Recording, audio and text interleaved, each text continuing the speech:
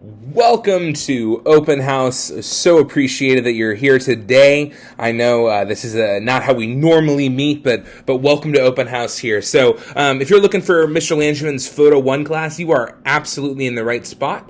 We're going to go through our PowerPoint today. We're going to kind of go through basic expectations about what the year is going to hold for us. We're going to go through the basic gist about what our rules are, how our grades work, and all that jazz. But if nothing else, just thank you so much for clicking on this video. And being invested in your students' education. All right, let's get moving. So, I want to show you a little bit about how we set up our classroom. So our class is set up based on this is our space. This isn't my classroom that your students walk into. This is our space that we have together.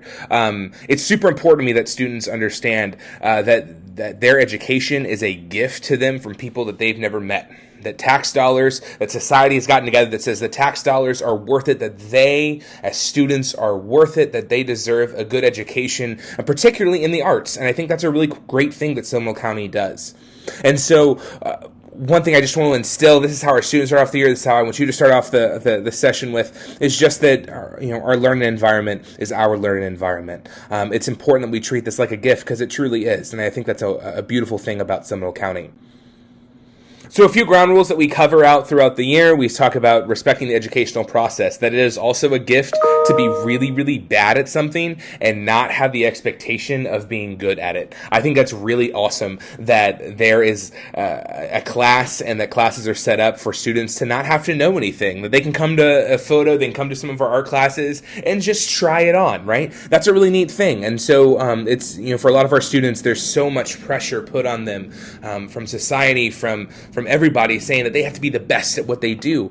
And so sometimes being bad at something is really difficult for our students. And so we try to encourage them in that way. It's okay to be bad. You can always get better. And that growth mindset is such an important part to have growing up. We also talk about being extraordinarily good to the people and the environment and themselves as they go through this process, right? That kind of self-explanatory. We also say we don't like liars. If you don't know something, you got to ask it. We're not mind readers, right? It's not helpful. We'll never judge you for not knowing something, but it's incredibly important, right? That if they don't know something, they ask. And the last thing is to be here, right? That's a huge thing for us. That's a fundamentally important thing for us in this classroom. This rule is so important we give it its own slide. The only really non-negotiable rule is that we have no tolerance for any racism, homophobia, transphobia, sexism, or any type of other hate speech in class. This class will remain a safe place for students. And that's a non-negotiable, and students understand that because equality is very important to them, and it's important to me as well. All right, so grading policy here. So all grades are temporary in my class. And so what I mean by that is that if a student receives a poor grade on a work because of quality of a work or because of lateness or anything else, that students can always resubmit their work for more credit. Okay, so I accept late work until the very last day of the quarter. I always announce that date, which is like a last call for students, well before that date. But we try to make sure that students know they can turn in work whenever they can, right? It's never too late in the year to make the right choice, to take that next right step to succeed in class. And so our grade discussions, the other thing that I'm going to kind of instill and try to talk about, which is why I appreciate that you've clicked on this video, is that grade discussions for me in this class have to start with the student first, right? It's going to be their name up top that transcript. They're the ones earning the credit. And so it's really important that if they have a question about their grade or if there are concerns about their grade, that they approach it with me first. Of course, I'm open and available for conversations with you. Of course, I want to discuss those things with you and your student success in class. However, I really wanted that discussion to begin with them. They are the ones who are going to learn those lessons, and so it's important that we allow them to learn those lessons in class. We work on a normal A to F grade schedule or grade scale. You know how that goes. 100 to 90 is an A, 89.4 to 80 is a B, and so on down.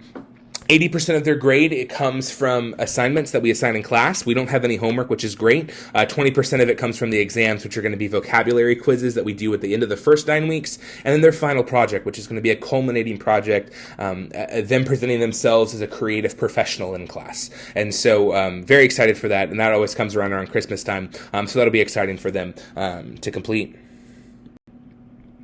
A few policies to go over. About 90% of the phone shooting this year is going to be on our phones. We do a lot of phone because I know that's where a lot of students have access to if they don't already have a camera at home. However, if students do have a camera that they would like to use for class, please let them bring it to class, right? That's a great idea. The other thing I'm going to ask, and I know this is a big ask because I know we don't have that much leverage over our kids. However, their phone is a vital part of this class. It really is important that they have it and have it available. And so this is my one ask as a teacher is if they, when they're grounded, please allow them to use it for homework. That is one thing that we find that happens pretty, honestly. And we talk about it with our students that, hey, don't act stupid. Don't get in trouble. Don't get your phone taken away from you because it's important for class. And so anyway, we try to make sure that they have a phone in class as much as possible. So we don't have really a lot of homework. The only homework they have is the 5 photos a week assignment that we talk about at the beginning of the school year, where every week they have to submit 5 photos that show me that they're growing as a photographer. It's very basic. We try to keep it outside of school. If it is in school, that's fine. I know lives are busy, but we try to keep it outside of school. And so it is that little bit of homework that keeps them on the ball. They have time in class to submit it, but we really want to make sure they're taking photos outside of school as much as possible. Other big deal here is technology use. If we are using school cameras, those are expensive cameras, right? And these, like we talk about, that these things are gifts. And so when a gift is broken, a gift got to be given back in some way.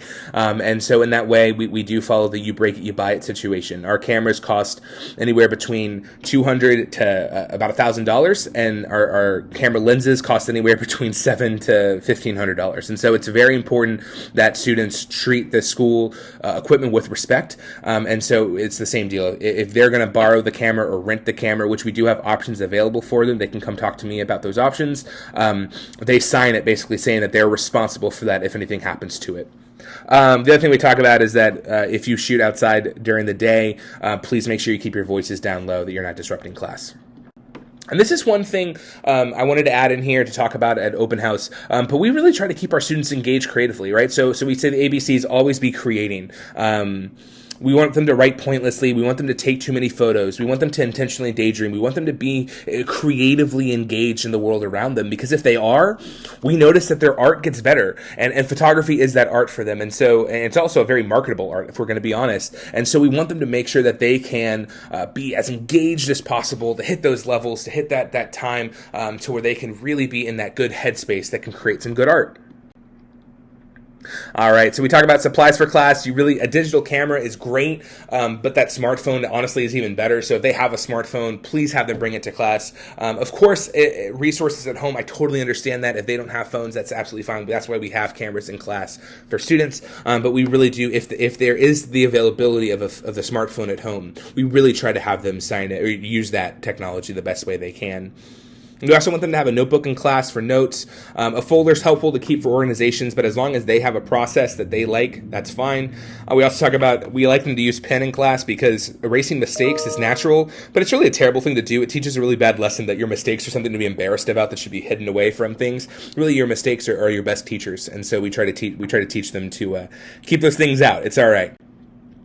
Overview of the year, we talk about photo journaling, we talk about the basics of photo composition, we talk about DSLR cameras, we talk about Lightroom, we talk about Photoshop, we talk about how to market yourself as a creator. And then if they're interested in taking Photo 2, we go into more in-depth resources about how to utilize some of those basic composition basics, even more so. We teach them how to use better cameras, get more into the manual mode. And so Photo 1 is mostly about the basics. Photo 2 is really sort of get more advanced. That brings us to our last slide of the evening. They have the access to Adobe Creative Cloud, which is a software that costs just about $60 a month. So we're talking upwards of $600 a year that we offer them for free. So please make sure that if they can, that we download these at home. If you go to adobe.com, you can sign in, put in your student email. It should generate them an account. right at the second on Wednesday and Thursday, they're still working on getting all the students' accounts. There was an overload of students this year who signed up for Creative Cloud classes, and Seminole County has to buy each student a license. And so it's super important we give them some time to do that. And so hopefully in the next week or so, they'll be up there, but make sure they follow along with these directions on the screen. They already know how to do this. We've talked about this in class. Just really make sure that they put into the school or company account. That's going to be the biggest step for them to make sure it works. So as I said, wanted to keep this under 10 minutes. Thank you so much for your time today. Really, really appreciate it. Email is the best way to contact me. We're still working on changing over the phones. I've changed classrooms this year. And so really the best way to contact me is through email. I will always respond to your emails as quickly as possible. However, I do have a family. I want to make sure that I'm available for them. And so I'm not going to respond to emails over the weekend. But first thing Monday, trust me, you're on my to-do list. I got you covered. You'll be all set. So again, thank you so much for investing time into your students' education. I really appreciate it. We really appreciate it, Oviedo. And go Lions.